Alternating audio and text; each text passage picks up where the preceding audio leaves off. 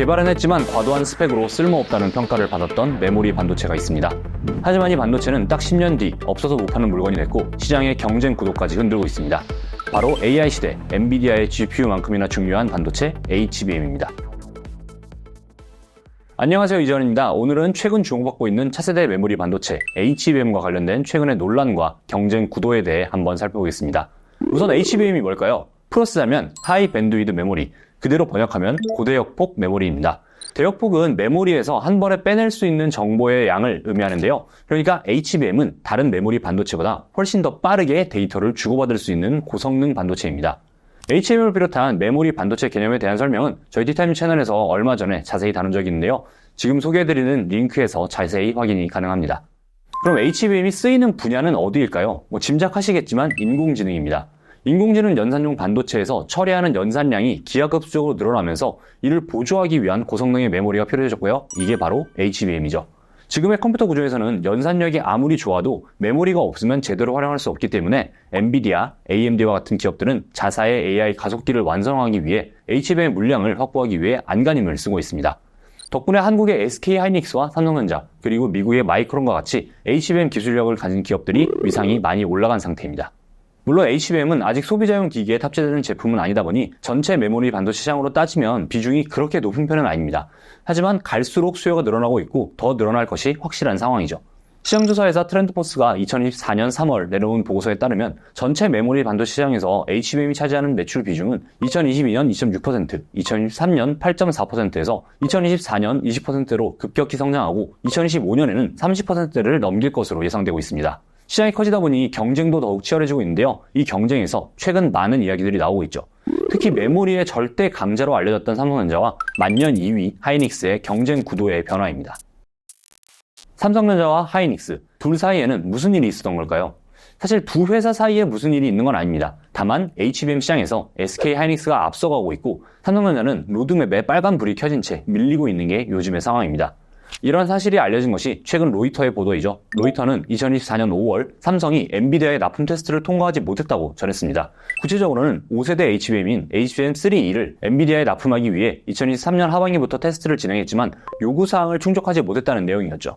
이 내용이 많은 분들에게 더욱 충격이 됐던 이유는 두 달 전에 있었던 엔비디아의 개발자 행사 GTC에서의 일 때문이기도 합니다. GTC는 엔비디아의 기술을 발표하는 자리이기도 하지만 다양한 협력사들이 AI 생태계 구축을 위한 소프트웨어와 하드웨어를 자랑하는 공간이기도 합니다. 당시 젠슨왕 엔비디아 CEO가 삼성의 부스를 찾아 삼성의 HBM3 12단 모델 명패에 젠슨왕이 승인했음이라는 서명을 남기고 갔습니다. 이는 삼성의 HBM이 엔비디아의 테스트를 통과했다는 의미로 받아들여졌고요. 곧 엔비디아의 최신 AI 가속기에 삼성의 최신 HBM이 탑재될 것이라는 기대를 줬습니다. 게다가 HBM의 경쟁자인 SK하이닉스가 GTC 기간 중에 HBM 납품 시작을 알렸기에 삼성에게는 더 큰 의미가 있는 이벤트였죠. 하지만 불과 두 달 만에 상황이 완전히 뒤집혀버린 것입니다. 물론 이에 대해서 삼성은 제품 최적화를 진행하는 과정일 뿐이고 테스트는 순조롭게 진행 중이라고 반박을 했고요. 젠슨왕 역시 며칠 뒤 기자회견에서 검증 중인 것이지 실패는 아니다 라고 말하면서 문제는 일단락되는 듯 했습니다. 그러면 이 상황을 어떻게 해석해야 할까요? 여러 의견을 종합하면 삼성이 테스트에 실패했다라는 말은 반만 맞고 반은 틀렸다고 볼 수 있습니다. 우선 반도체 회사 사이에 진행하는 납품 검증 과정, 소위 퀄 테스트는 굉장히 오랜 시간이 걸립니다. 짧아도 몇 달, 길게는 반년 이상 소요가 되죠. SK하이닉스 역시 2023년 10월에 퀄 테스트를 시작했으니 2024년 3월 실제 납품까지 4-5달이 걸린 셈입니다. 특히 HBM과 같은 고성능 반도체는 따로 가져다 끼우는 방식이 아니라 연산용 반도체의 패키징 과정에서 함께 조립이 되기 때문에 퀄 테스트가 중요할 수밖에 없습니다. 또 메모리와 연산 반도체 사이에 통신을 원활하게 하기 위해 두 칩 사이의 간격이 점점 좁아지는 상황인 만큼 전송 속도와 발열 이슈를 더 철저하게 확인하게 되죠. 그래서 퀄 테스트는 단순히 작동을 하는지 안 하는지를 검사하는 OX 테스트가 아닙니다. 테스트를 진행하면서 발생하는 문제에 대해서 두 회사의 엔지니어들이 계속해서 고쳐나가면서 최적화를 해나가는 과정이라는 얘기죠. 이런 점에서 로이터가 말한 삼성의 테스트 실패는 이 지난한 과정 중에서 발생한 하나의 실패가 아니었을까 하고요. 그래서 젠슨왕 역시 테스트는 계속되고 있다고 논란을 진화한 것이고요. 하지만 저는 젠슨왕의 그 인터뷰를 보면서 마음에 걸리는 지점이 하나 있었는데요. 바로 젠슨왕이 삼성의 칩은 준비가 되지 않았고 더 많은 엔지니어링이 필요하다라고 말한 부분입니다. 우선 논란은 진화됐지만 여전히 삼성이 퀄 테스트를 통과하지 못한 것은 변하지 않습니다. 게다가 삼성이 젠슨 확인했음 서명을 받고 좋아하던 시기 이미 SK하이닉스는 양산에 성공해서 엔비디아에 납품을 시작한 상황이었고요. 그러니까 콜 테스트가 지연되면서 둘의 격차는 또 벌어지게 된 셈이죠. 젠슨 황의 말대로 장기적으로는 SK 하이닉스, 삼성전자, 마이크론, 3사 모두의 HBM 모듈을 사용하게 되겠지만 지금 당장은 삼성전자가 SK 하이닉스에 밀려나는 것을 막을 수는 없는 형세인 것입니다. 이러한 분위기는 메모리 반도체 시장 점유율에서도 확인됩니다. 물론 아직 시장 점유율을 따져보면 삼성전자가 굳건한 1위이긴 합니다. 2024년 1분기를 기준으로 D램에서는 삼성이 43%를, 하이닉스가 25%를 차지하고 있고요. 낸드 플래시에서도 삼성은 34%로 2위 키옥시아를 여유롭게 따돌리고 1위를 차지하고 있죠. 하지만 HBM 시장만 떼어놓고 보면 순위가 뒤바뀝니다. 2023년을 기준으로 SK 하이닉스가 54%로 1위, 삼성전자가 38%로 2위를 차지했죠. 이 때문에 전체 시장의 판도도 뒤바뀌고 있습니다. HBM 역시 D램의 한 일종이기 때문에 하이닉스의 HBM 시장 점유율이 높아질수록 삼성과 SK 하이닉스의 D램 시장 점유율 격차 역시 조금씩 좁혀지고 있는 상황입니다. 삼성 입장에서는 위기라고 느낄 수 있는 상황이죠.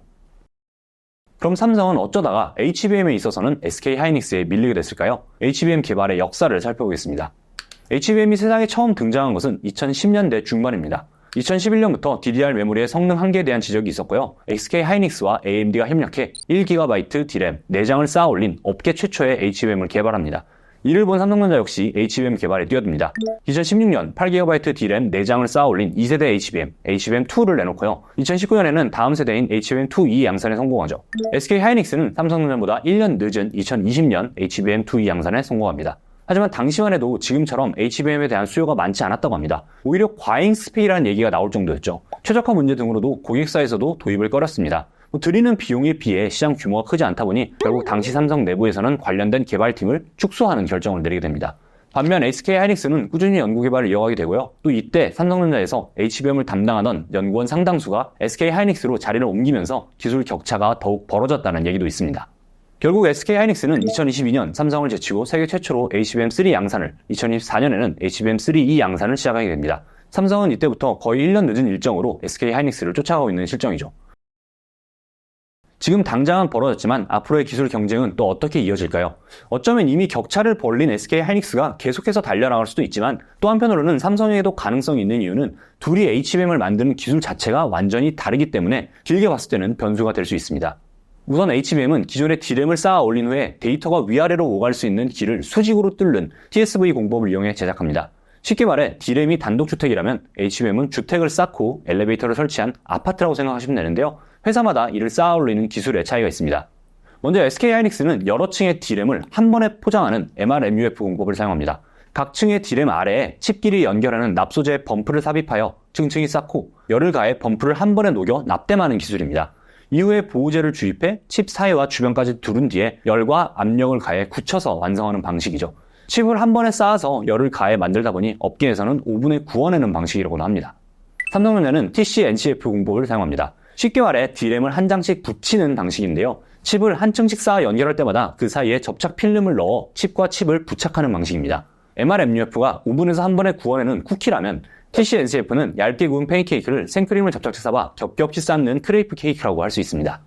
이 두 공법에는 장단이 있습니다. 먼저 SK 하이닉스가 채택한 MRMUF 공법은 마치 오븐 한 판에 쿠키를 수십 개 구워내듯 한 번에 여러 장을 생산할 수 있고 보호제까지 주입한 뒤에 구워내기 때문에 별도의 포장 작업이 필요하지 않아 효율성이 높고 안정적인 방식이라고 합니다. 이를 바탕으로 SK 하이닉스는 기존 공정 대비 생산성을 최대 3배까지 높이면서 HBM 시장에서 앞서 나갈 수 있었다고 하죠.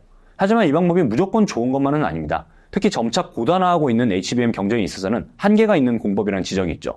MRMUF의 경우 한 번에 열을 가해서 만들다 보니 열로 인한 웨이퍼 손상 혹은 휘어짐 현상이 발생하기도 합니다. 특히 HBM 경쟁이 격화하면서 각 회사는 점차 D램을 높이 쌓아 올리고 있는데요. 최초의 4단으로 시작한 HBM은 8단, 12단을 거쳐서 16단까지 높아진 상태입니다. 하지만 MRMUF 방식의 경우 8단 이후부터는 휘어짐 발생 가능성이 높아져서 안정성이 매우 떨어지는 것으로 알려져 있죠. 반면 삼성전자의 TC-NCF 방식은 한 장씩 쌓다 보니 생산 효율은 좀 떨어져도 안정성이 굉장히 높은 방식이라고 합니다. 이에 8단 이상의 고단 HBM에서도 휘어짐 현상 없이 안정적인 제조가 가능하다는 설명이죠. 그래서 8단이 대세인 지금은 높은 생산성을 바탕으로 SK 하이닉스가 승기를 잡은 상태이지만 12단 이상의 승부에서는 삼성전자가 높은 안정성을 앞세워서 주목받게 될 가능성도 있다는 것이죠. 물론 SK 하이닉스 역시 8단 이상에서의 안정성을 개선한 어드밴스드 MRMUF 기술을 개발하는 등 추격을 뿌리치기 위해 안간힘을 쓰고 있습니다. 또 한편으로는 최대 20단까지 높아질 HBM4와 그 이후에는 둘 중 하나의 공법만으로 제작하는 것이 아니라 여러 공법을 섞은 하이브리드 공법이 사용될 가능성이 높다고 하는데요. 또 이 단계에 도달하더라도 기술이 단일한 하이브리드 공법으로 평준화하는 것이 아니라 또다시 기술을 어떤 식으로 잘 조합하는지의 싸움이 되겠죠. 그래서 추격 중인 삼성전자가 HBM3 양산에 성공하더라도 두 기업 간의 경쟁은 당분간은 계속해서 치열하게 이어질 것으로 보입니다. 오늘은 AI 시대 필수 반도체로 꼽히는 HBM 경쟁에 대해 살펴봤는데요. 메모리 절대 강자였던 삼성전자가 HBM에서 SK하이닉스에서 밀리면서 전체 시장 점유율까지 서서히 내주게 되는 그런 모습을 보니 좀 놀랍기도 하고 또 다시 한번 정말 치열한 반도체 시장에서 절대 강자는 없다는 생각도 하게 됩니다. 그리고 이제 이 경쟁에 정부의 강력한 지원을 받고 있는 미국의 마이크론까지 가세를 한 만큼 오히려 엔비디아가 장악한 연산용 AI 반도체 시장과 달리 메모리 시장은 치열한 삼국시대로 돌아갈 것으로 보이는데요. 메모리 시장의 치열한 경쟁과 다양한 기술들 또 기회가 오면 소개하도록 하겠습니다. 오늘 준비한 이야기는 여기까지입니다. 오늘도 재밌게 보셨다면 구독과 좋아요 부탁드립니다. 감사합니다.